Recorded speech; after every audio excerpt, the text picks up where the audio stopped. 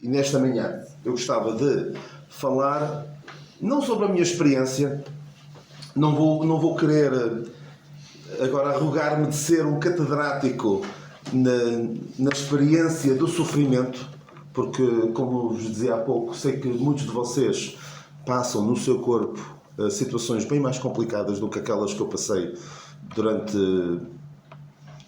4 meses, 5 meses. Fui-me diagnosticado um cancro faz hoje 5 meses. Portanto, aparentemente está tudo resolvido. Este parece estar resolvido.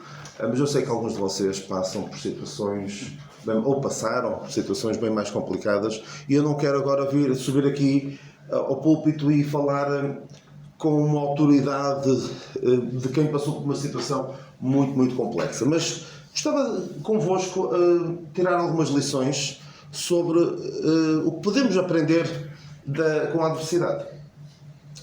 São 10 lições, vamos ver se eu consigo percorrer essas 10 lições nos próximos 35 minutos. E então, a primeira que eu gostaria de tirar convosco é de que estas coisas, a adversidade, quando digo adversidade, pode ser a doença, ou tipo de situação qualquer que nós não desejamos passar. Humanamente falando, é natural que nós não queremos passar por elas. Mas vamos passar. Porque pode acontecer a qualquer um. O apóstolo Paulo diz, na primeira epístola aos Coríntios 10:13, as tentações que vocês têm de enfrentar são as mesmas que os outros enfrentam. Na versão que eu costumo utilizar, não veio sobre vós tentação senão humana. Ou seja, aquilo que vocês passam todos os outros. Tudo sucede igualmente a todos, o mesmo sucede ao justo e ao ímpio, ao bom e ao puro, como ao impuro, diz o Salomão em Eclesiastes 9:2. E o Senhor Jesus Cristo diz também que Deus faz com que o seu sol se levante sobre maus e bons, e a chuva desça sobre justos e injustos. Facilmente nós nos esquecemos de que estas situações adversas da vida podem acontecer a qualquer um. Podem mesmo acontecer a qualquer um. Só quando acontece a nós é que nos lembramos, não acontece só aos outros. Por vezes, principalmente os jovens, quando eu era jovem, pensava que estas coisas nunca me iam tocar. Era jovem, tinha saúde, tudo corria com alguma normalidade. À medida que o tempo vai passando, vamos percebendo que estas coisas de facto acontecem a qualquer um. Claro que há certas decisões da vida que nós podemos tomar que podem potenciar ou atrasar certos problemas de saúde ou outros problemas da vida. Mas há uma grande aleatoriedade naquilo que nos pode acontecer. Há situações da vida que nós não podemos controlar. Não podemos fazer nada para as evitar. Acontecem. Um acidente que nós não temos culpa, que surge sobre nós. O que é que eu fiz para que isto acontecesse? Há situações que nós não fazemos nada. Há outras situações que, devido à alimentação que temos, ao estilo de vida que temos, podemos potenciar certos problemas de saúde ou podemos atrasar ou minimizar os riscos. E é importante, nós não temos uma promessa especial enquanto crentes, uma proteção especial enquanto crentes. Neste sentido de que eu sou o crente, o Senhor não vai permitir que nenhum mal me aconteça. O anjo do Senhor acampa-se ao redor dos que o temem e os livra. No entanto, temos uma proteção especial. Na provação, na dificuldade, nós sabemos que o Senhor está connosco. E isso faz toda a diferença.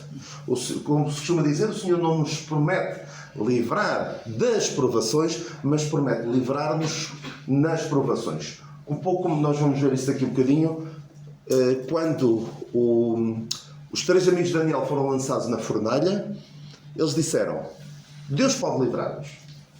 Deus é poderoso para nos livrar. Mas mesmo que não nos livre, fica sabendo, ó rei, nós não vamos adorar a estátua que tu mandaste adorar. Ou seja, eles percebiam que Deus era poderoso. O desfecho podia não ser aquele que era o desejado.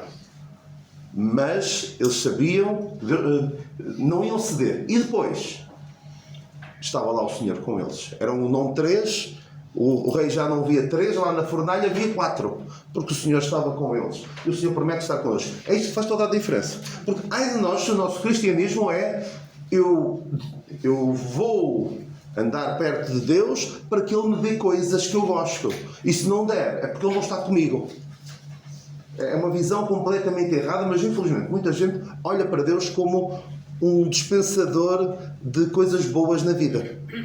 E de facto, Deus dispensa para connosco todas as bênçãos espirituais nos lugares celestiais. Mas isso não quer dizer que no dia a dia vamos ter só eventos agradáveis. Vamos ter certamente muitos dissabores, e alguns deles até por causa de sermos tementes a Deus.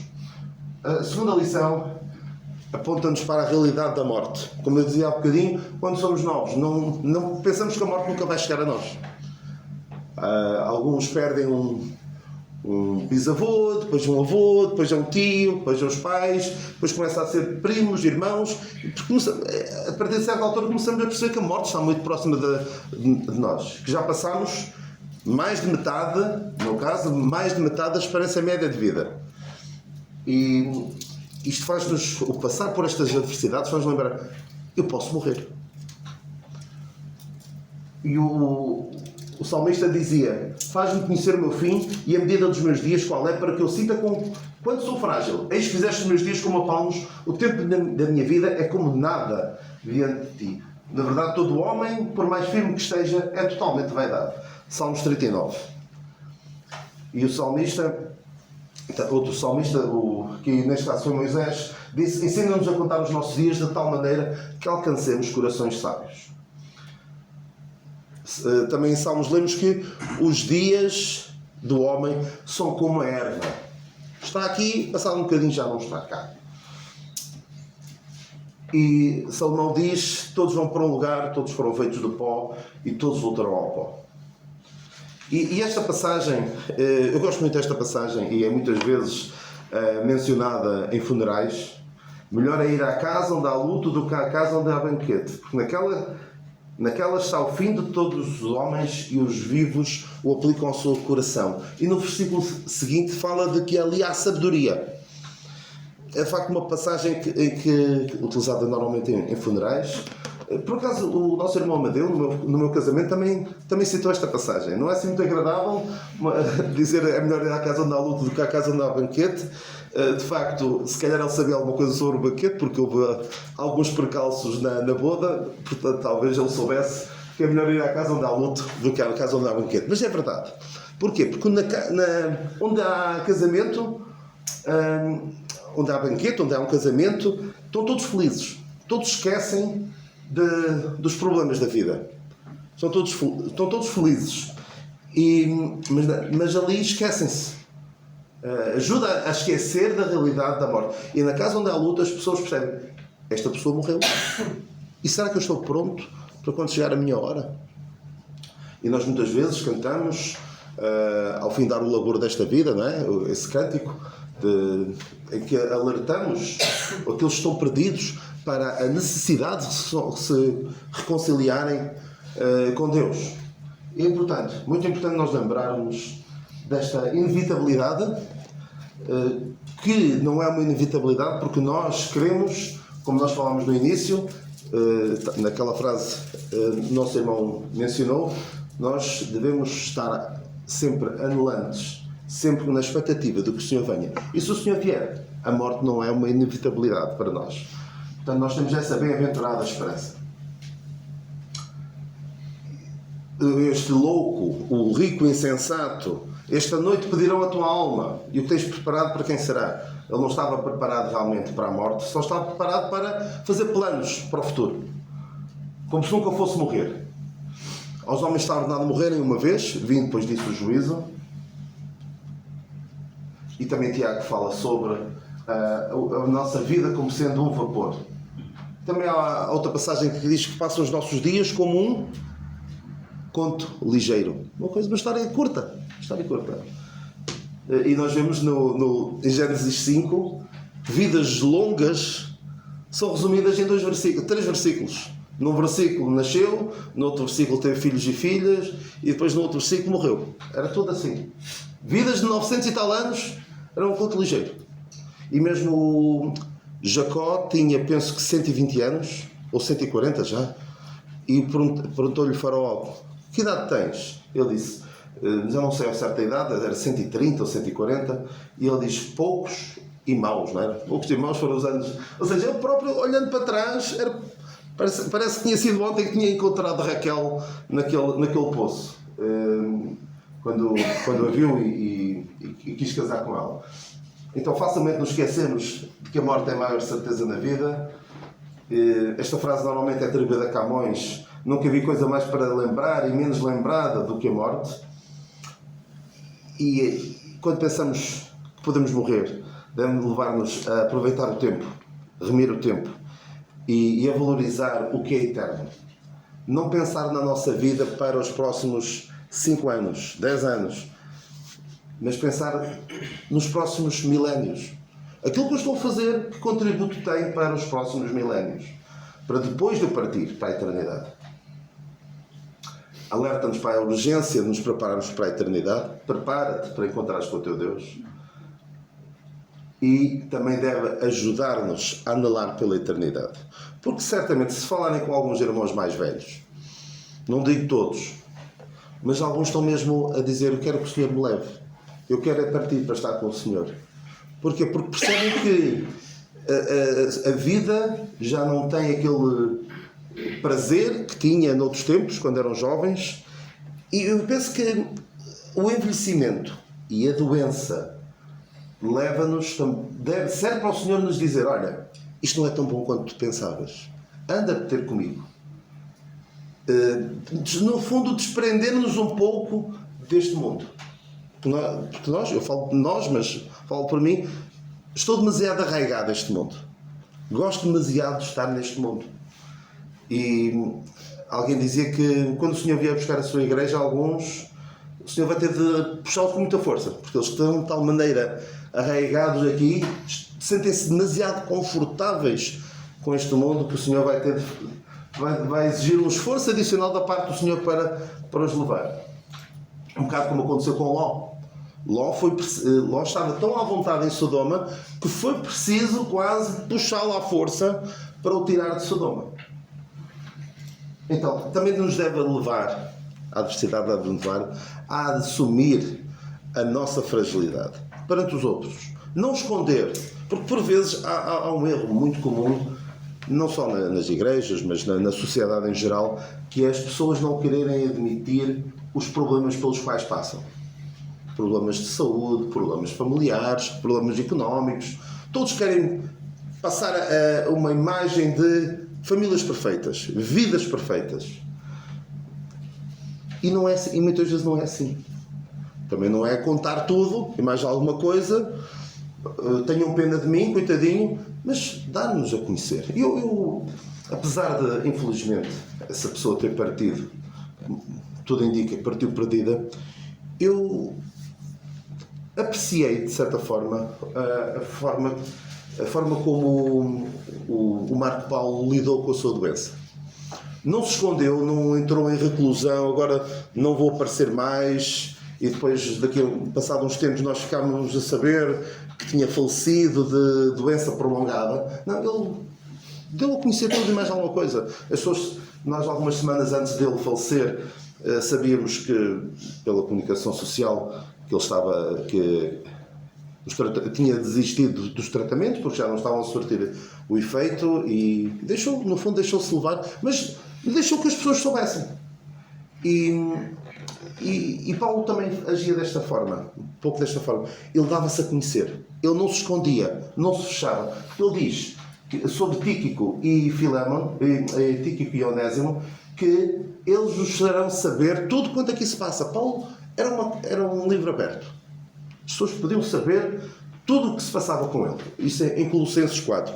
E naquela passagem do espinho na carne, ele diz: foi-me dado um espinho na carne, acerca do qual 3 vezes orei ao Senhor para que se desviasse de mim. Ou seja, ele não se escondia. Ele não dizia que estava tudo a correr bem, que o Senhor estava a abençoar ricamente.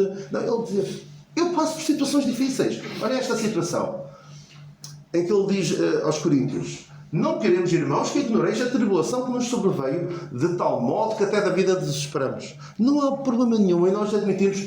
É difícil. Não está a ser fácil lidar com esta situação. Eu fiz isso. Sempre que eu fazia um tratamento, e foram 21 tratamentos, e mais algumas vezes, eu mandava mensagem para as pessoas, a dizer, olha, estou assim, estou desta maneira, e houve uma vez ou outra em que eu estava mesmo em baixo. Até mencionei o Vale da Sombra da Morte, porque estava mesmo com muitas dores, por burrice minha, porque não tomei Brufen nem Benuron, porque não sabia que podia tomar, então andei ali a penar uns dias bastante difíceis, porque não tomei medicação. Mas foi difícil em certos dias e não é fácil, só quem passa por elas é que sabe que não é fácil. Mas não há problema nenhum em nós admitirmos, é difícil. Eu, às vezes até fico com dúvidas. Ajudem-me. Não devemos fazer de conta que somos todos super-homens, porque não somos. Mesmo Paulo não era. E Paulo dizia, é difícil às vezes continuar. Algumas pessoas escondem a sua condição de fragilidade evitando esforço. Paulo várias vezes fez isso, de assumir a sua condição de fragilidade física, anímica e espiritual.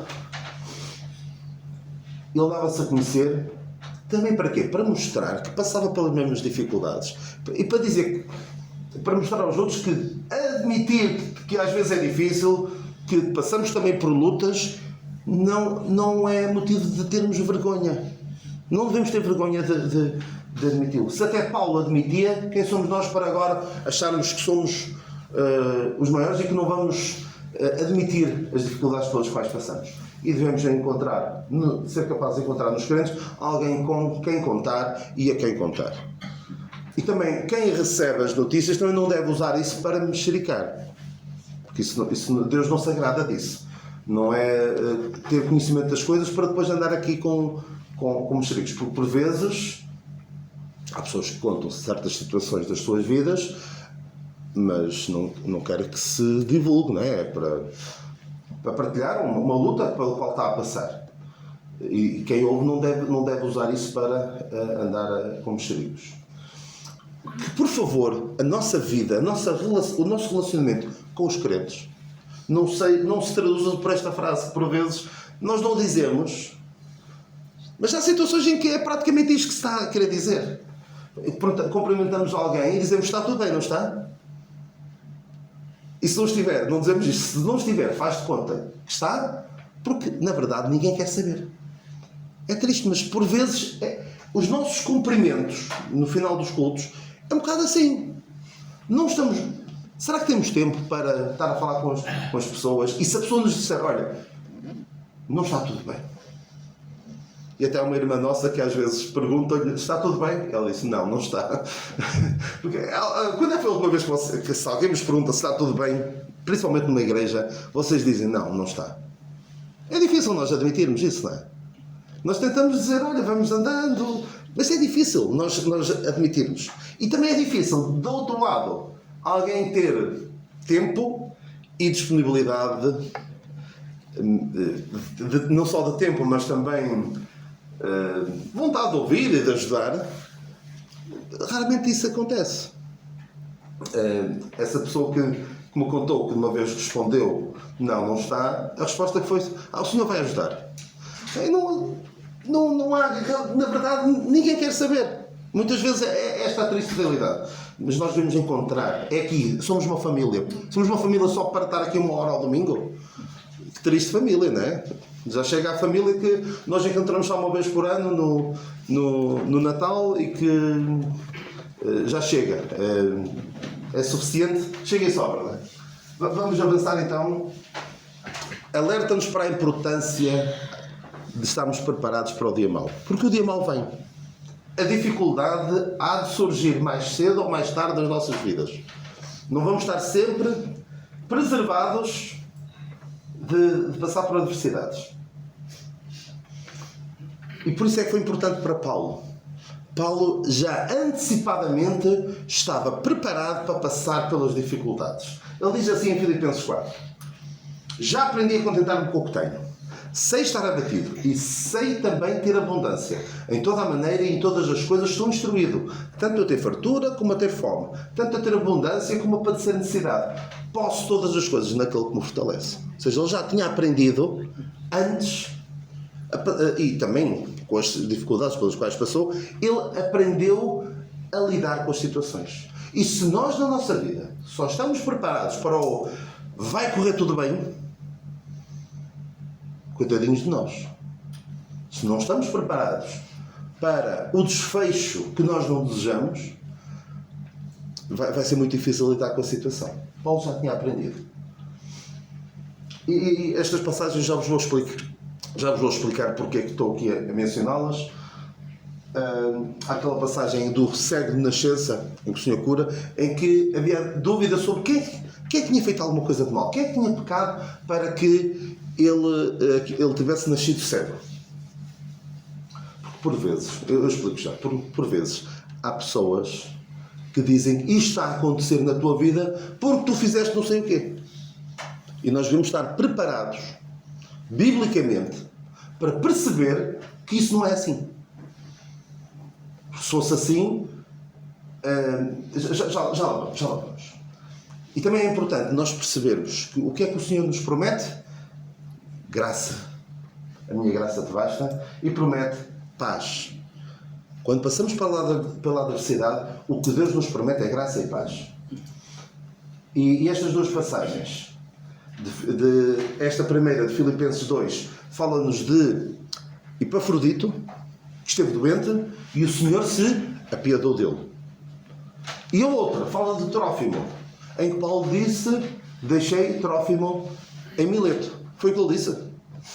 Deixei Trófimo em Mileto. Doente em Mileto. Uma vez mais, Paulo não tem problemas em se expor, em dizer: olha, eu já me consigo curar. Eu antes curava. Antes de curar Trófimo, eu nem precisava de estar à beira dele. Bastava mandar um lenço para ele e ele ficava curado. Mas eu agora não consigo. Ou seja, temos aqui uma situações de doença. Uma delas, Deus se apiedou. A outra, Trófimo teve de ficar doente em Mileto. Já agora, Mileto era um sítio onde havia bons cuidados médicos na altura. Então, vou explicar o porquê destas passagens. É essencial estarmos preparados antecipadamente para quando a adversidade chegar. Porquê? Porque a adversidade, eu comparo a adversidade a uma onda. Uma onda que vem e vai cair sobre nós. Qual é a atitude que nós podemos ter? Entrar em ignorar? Dizer, não vai acontecer. Comigo não vai acontecer. Eu estou imune à adversidade. Entrar em desespero?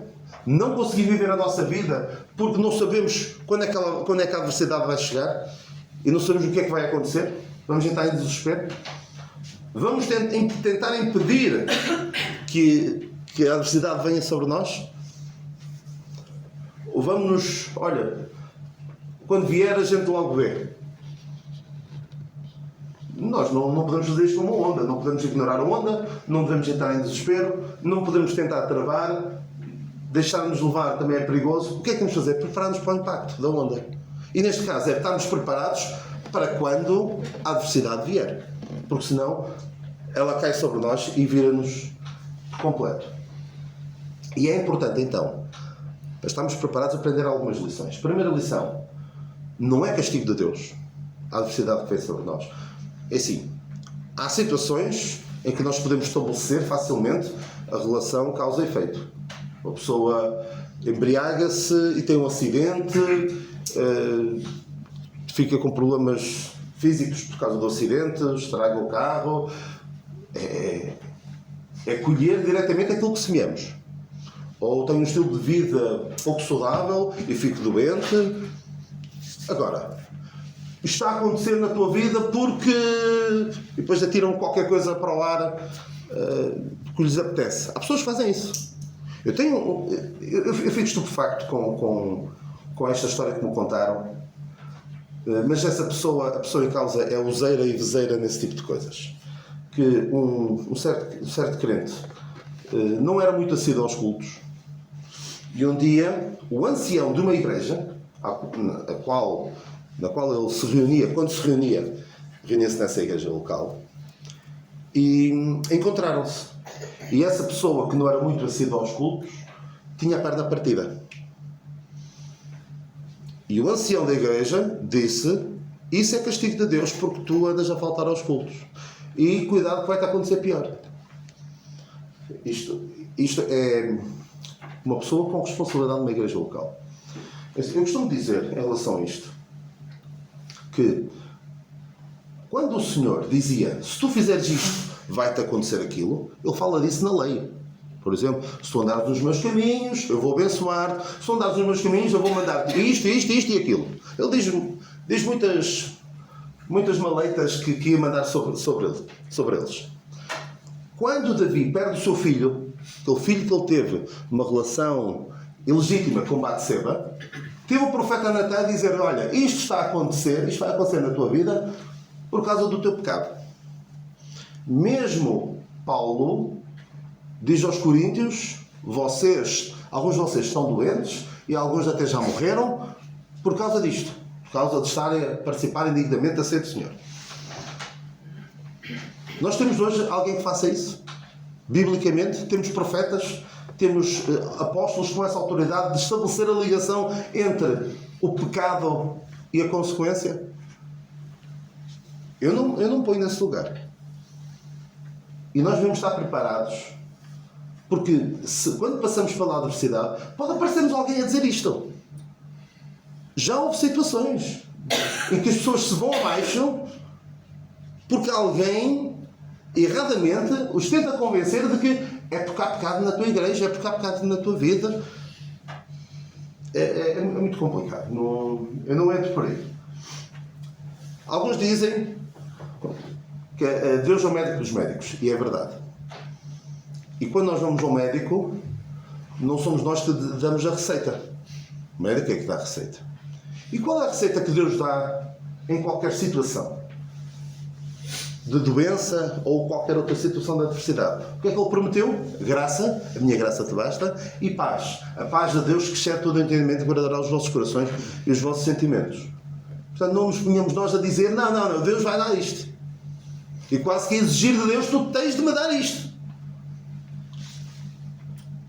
E nós não temos garantia do desfecho desejado, porque nós vemos o Epafrodito, aconteceu uma coisa, o Trófimo, aconteceu outra. Portanto, nós não temos garantia. Portanto, devemos estar preparados para uma situação e para outra. Eu, claro que mentalmente estava preparado para o desfecho de que ia tudo bem, de que ia ficar livre da minha doença.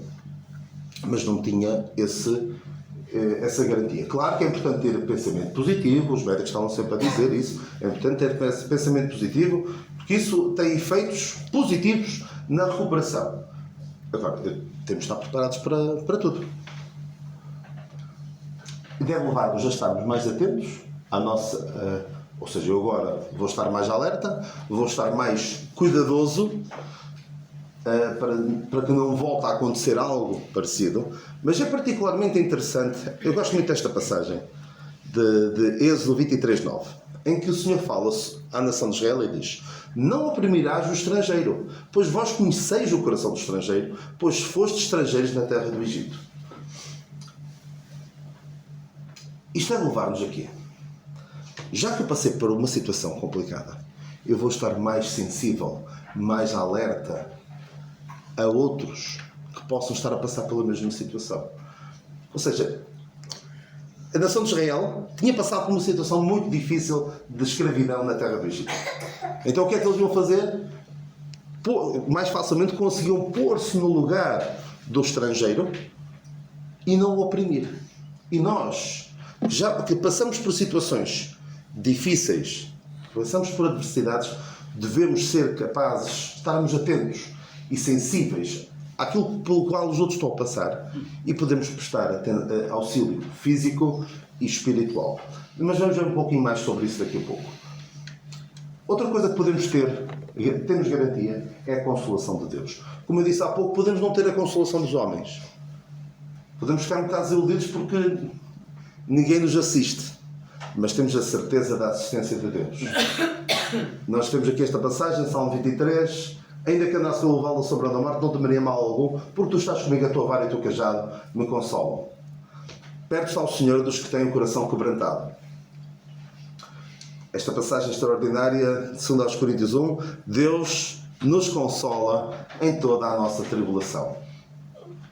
E nesta situação, Paulo, na sua primeira defesa, diz: ninguém esteve comigo, mas o Senhor assistiu-me e fortaleceu-me. Temos a certeza da consolação de Deus.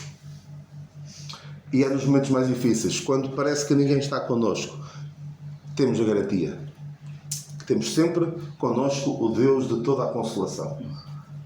E como falei há pouco, quando a fornalha é aquecida 7 vezes mais, teremos sempre a presença do Senhor no meio do fogo, como já vos falei dos 3 amigos de Daniel.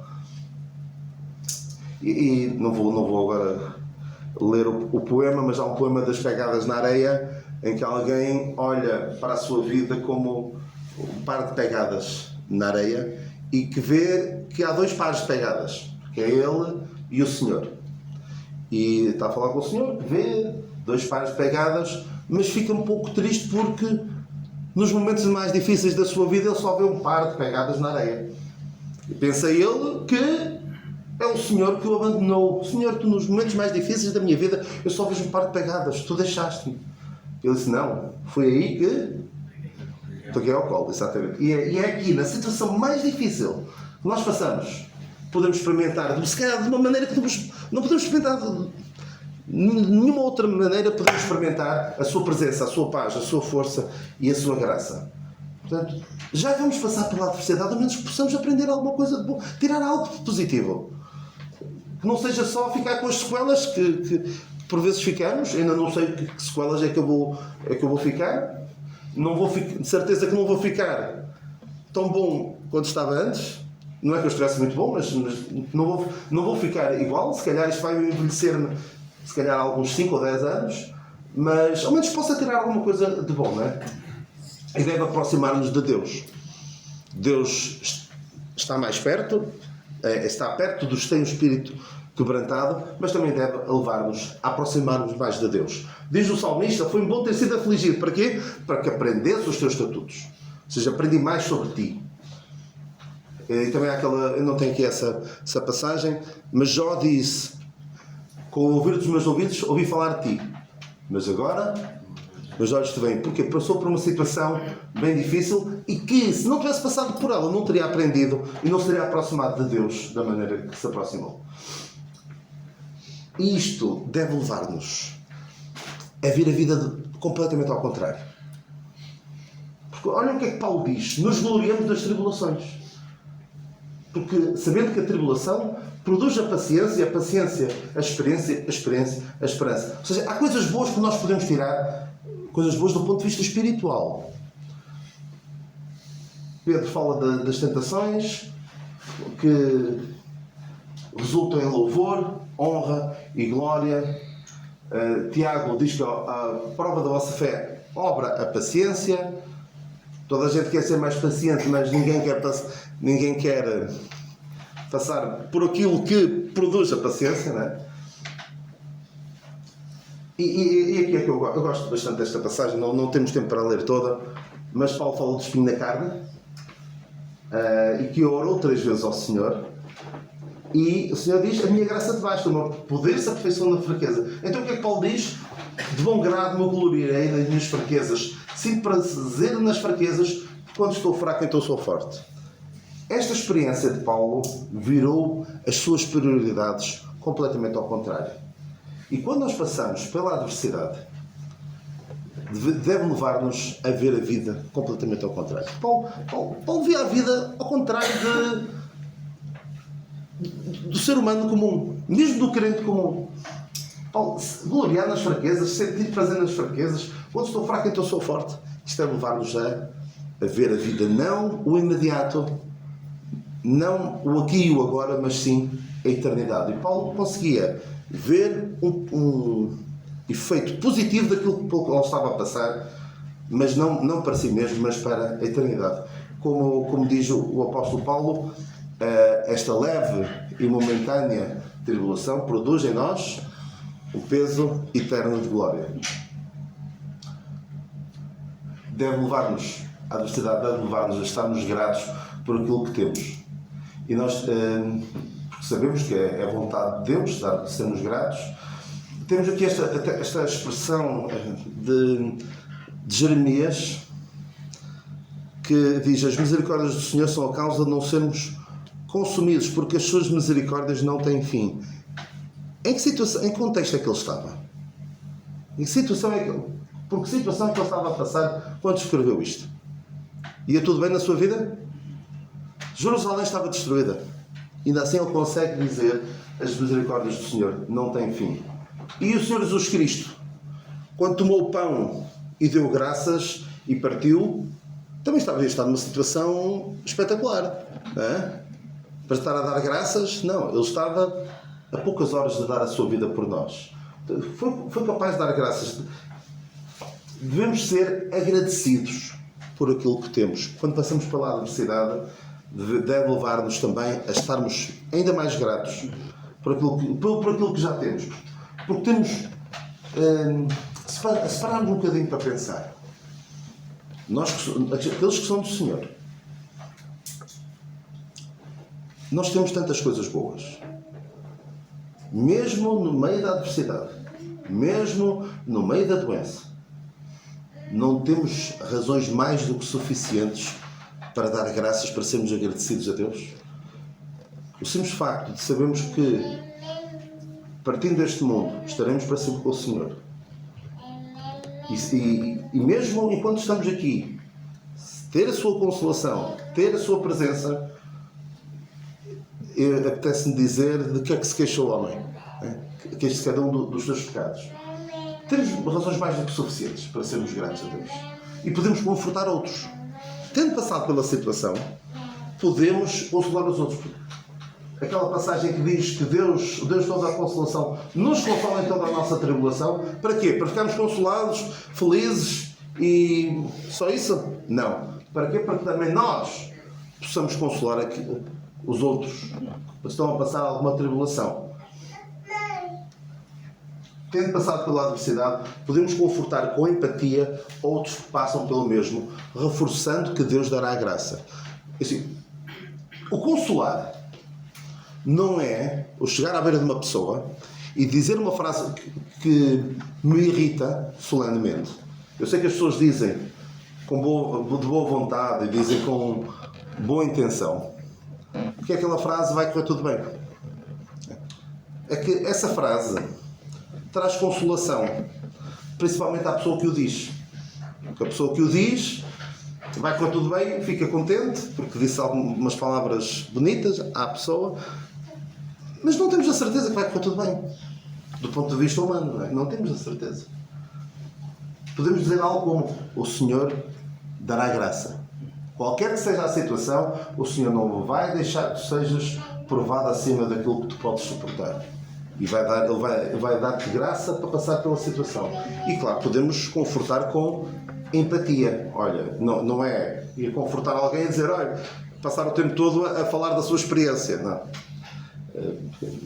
Que eu também estou a passar por esta situação e por aquela, portanto, quase que a minimizar a adversidade pelo qual o outro está a passar. Isso também não é assim, mas é com empatia e com conhecimento. Até dizer: olha, aconselhar do ponto de vista até humano.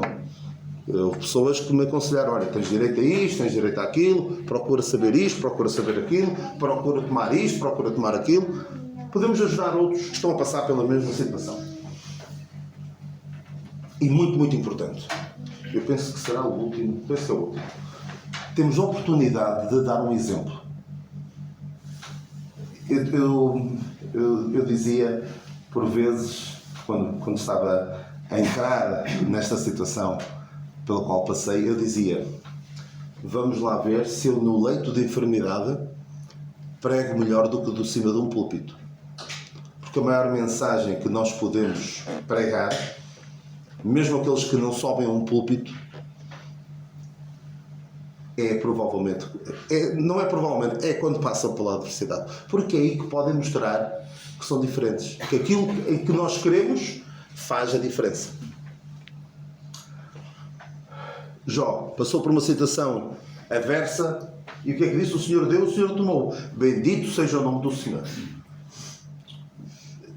José também passou por uma situação difícil e ele foi capaz de dizer aos irmãos: vós bem o intentastes mal contra mim, porém o Senhor o intentou para bem.